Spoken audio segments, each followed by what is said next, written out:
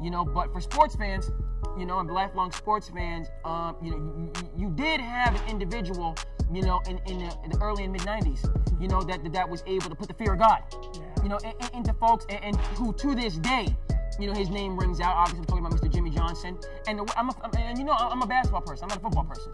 I'm from the basketball. So I need to listen and learn from, so when I listen to the Shannon Sharps, when I listen to Skip Bayless, when I listen to, Chris Carter, football people, Eric Dickerson, Marcia, so talking about the game of football, because I don't have that background, and the way and the reverence in which they speak about Jimmy Johnson and the understanding that was clear, it's the same as Bill Belichick. We have the Patriots way. And whether you're Tom Brady, many people think he's the greatest quarterback. Rob Gronkowski, many people think he's the greatest tight end, or whether you're, a Burkhead, or something, everyone is going to toe that line, and it's unquestioned. For somebody to get professional athletes, people who are making hundreds of millions of dollars, to buy in consistently, to get that max effort, that is a unique, and highly valuable skill. Going on and on. So we know that Belichick has it. And they said that Jimmy Johnson had it. Okay, I'm gonna get off my soapbox here for a second. But you had Jimmy Johnson, okay, and then you also had Bill Parcells, who's won everywhere he's been, okay, in Dallas. My view, where I play, I don't place the blame for the Dallas Cowboys on the coaching staff. I don't even place it on the players. Okay? For me, it has to do with Jerry Jones and his inability to step away. Here's my final point. I'm gonna kick it back over to you. For me, the correlation that I draw, among others, is the Yankees. Dallas Cowboys are the most profitable sports franchise in the world. The Yankees are too. So I think, it's comparable. Obviously, you have Jerry Jones and you had George Steinbrenner, RIP, for many years. The Yankees didn't have success, and I know this because I'm born in New Jersey and grew up in the Tri-State. They didn't have that success in the 90s. George Steinbrenner had to be banned from baseball for 2 years, okay, because he was out of control. And when he came back, he was a different person. He allowed his baseball people to make baseball decisions, and that's when the Yankees had the success of the 90s, 2000, so on and forth. Jerry Jones, since Jimmy Johnson left, he needs to have how do you feel about that structure, within your team and how it relates, to them winning on the field. Now, again, Jerry's a very good businessman.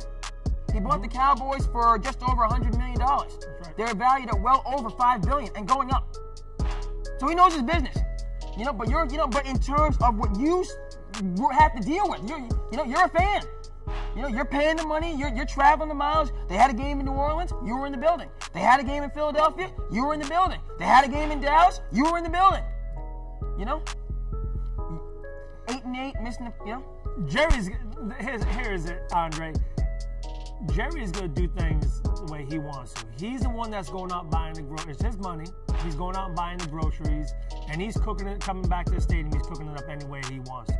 That's how Jerry looks at it. When you start talking about Jimmy Johnson, okay, back in the 90s, okay, it was basically a clash of personalities and leadership styles that clashed. And so you take that, where an era that the Cowboys had a very strong roster, and a time in which free agency and salary cap was not even in place. So they had the team and the roster and the finances to win for quite a long time. And you could almost put them in a situation where they could have been the today of the New England Patriots if that didn't get broken up. So he goes out the back door, and now you bring in Oklahoma coach Barry Switzer, and he comes in there and he wins, I think, with the Super roster. Bowl. Yeah, Same, right. Jimmy's guys, but he wins that, And then he's gone, I think, 2 years later or something like that. They won it in '95. They made the playoffs '96. I think they lost. They might have lost in the divisional round. But then again, we talked about this. Since then, and it's been 23 years, it's been 4 playoff wins. Okay. In 23 years. So you got 4. Okay. So you have. Here's the resume on Jason Garrett. Okay. He's been with the Cowboys now. Just completed his 9th or 10th season. Yeah. He's won in 152 games. He's won 85. Okay. He's lost 67. That's a 5.59 percentage. Good, okay. Yeah. And he's a lot of 8-8 seasons in there. Okay, so he wins. So here we go. We took over for Wade Phillips the first year, so he took over mid-year. His first year. That's correct. Yeah. So he goes 5-3. He goes 8-8, 8-8, 8-8, 12-4. They go to 2 playoff games that year. They only win 1. Okay, so they come back the following year. They go 4-12, no playoffs. They go 13-3, 1 playoff. They lose. That's the game they lost to Green Bay, I believe. Some tough calls in that game. Some tough calls that went against them. They come back the following year 9-7. Come back the following year 10-6. They make 2 playoff appearances, win 1. They lost to the NFC Rams at that in divisional round, and then they come back this year 8-8. So he had his opportunity to get the job done, and at the end, he just didn't get the job done with his vision. So they're going to move past him. I think they're going to move on. I think they're going to interview Lincoln Riley, which is the coach over there from Oklahoma. He was, he had a little issue in the college, but we'll talk about that. Okay, so we'll talk about that later. Yeah. So you're going to bring him in, and then you're going to bring in the coach, that Urban Meyer. You're going to bring him in there, that leader. Mm-hmm. Okay, but I think that these coaches right here, when they come in, they're going to want to bring their own guys in as their coaches. And the question on the table for me is going to be, is Jerry Jones going to allow them to bring in their people to be successful? Jerry wants it his way and only his way. Okay? If he does that, we could be having this conversation 5 years down the road. Yeah, exactly. Because, again, when we talk about an Emmitt Smith, when we talk about a Michael Irvin, when we talk about a Troy Aikman, when we talk about a Charles Haley, flash forward to the present, we're talking about a DeMarcus Lawrence. We're talking about Ezekiel Elliott. We're talking about a Dak Prescott. That's right. We're talking about Amari Cooper. Yeah. Both of those teams had dominant offensive lines.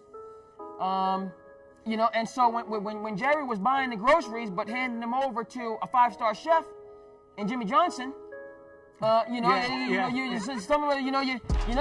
had Super Bowls for days, and somebody like myself, I argue, and I say, had he just allowed that to keep rolling, the same way that Robert Kraft allows Bill Belichick to do his thing, and Robert sits in the background and does his thing, we could be talking about the Cowboys having 5, 6, however many Super Bowls, and again, I don't, and maybe I'm harping on it, but it wasn't just Jimmy Johnson, that was put out to pasture. It was also Bill Parcells, who was there, who had a track record of turning franchises around and getting the job done.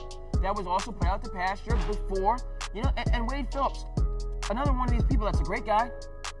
He's a lifer in football. He's always going to have a job, whether he's a D coordinator or a head coach.